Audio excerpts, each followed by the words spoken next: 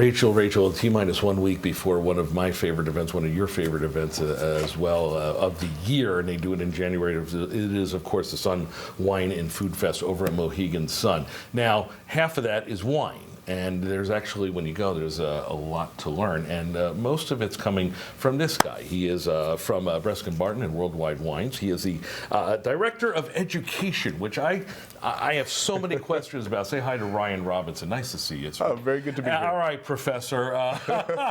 What is your role? What do you do on a day-to-day basis? On a day-to-day basis, I think I've got the best job in the state. So as the Director of Education for Breskin Barton, I run an internal wine school. So Breskin Barton is a wine and spirits distributor in Connecticut.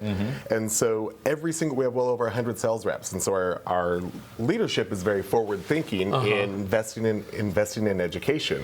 So what I do is I oversee the WSET and Wine Scholar Guild programs for our sales reps. Lest you think he's just some guy with the coolest job in the world, he knows his stuff. You qualified for the USA Wine Team back last year and competed at the World Tasting Championships held in France. Wow, first off. What does it take to get into that, and does it involve any physical labor?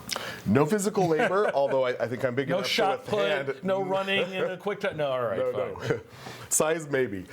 So with it, I had multiple auditions over time, a period with the current team members and our board of directors. And historically, our team has been an all-female team, all based out of California. Sure. They've done amazing things. So I'm the first one this side of the Mississippi. No kidding. Yeah. Oh, that's fantastic. And a four-person team. He knows his stuff. I'm almost afraid to bring him home because he look at my wine and go. So this is good stuff. Let's just give us a little skinny on what you got, because you're going to be showing all this stuff off next weekend. Right? Absolutely. Yeah. So I kind of brought a wide range of things. Some of my favorites. Okay. So what are people drinking going into this year? I think Italy definitely has a market for unique white wines. You know, we think of Italy for Chianti and Barolo, but this Favorita, also known as a Vermentino, it's crisp, it's fresh, delicious. I think it's a great year-round wine, but especially a summer wine. Now, I would imagine that you are obviously in charge of finding out those trends that you mentioned. I do. So I get to write for the Beverage Journal, and I just published the trends of 2026. What do we got over here? So right here is a Pinot Noir. Pinot Noir is incredibly expensive these days, coming from Burgundy. So I like to find Pinot Noir from other places. So Alsatian Pinot Noir. And you'll learn I love Spanish wines here. So that's my favorite. Especially the wines of Galicia. You cannot go wrong with Albarino, one of my all-time favorite producers with Grand Bazan.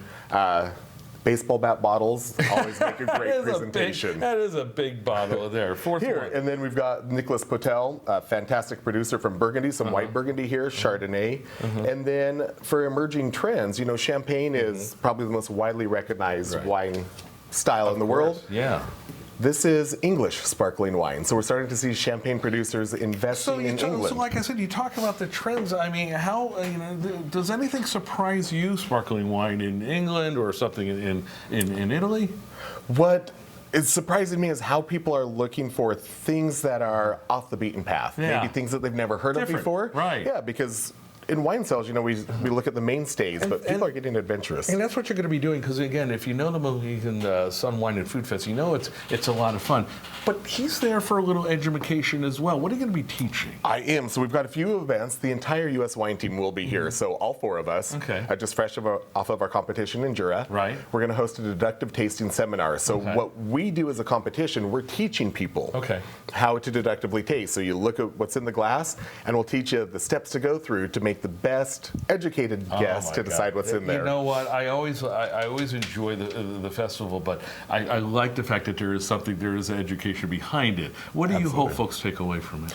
I hope folks find their aha moment with wine. I mean, the reality is wine consumption is on the decline. Is it? Yeah, 2024 was the first time in our nation's history where we consumed less wine than the previous year.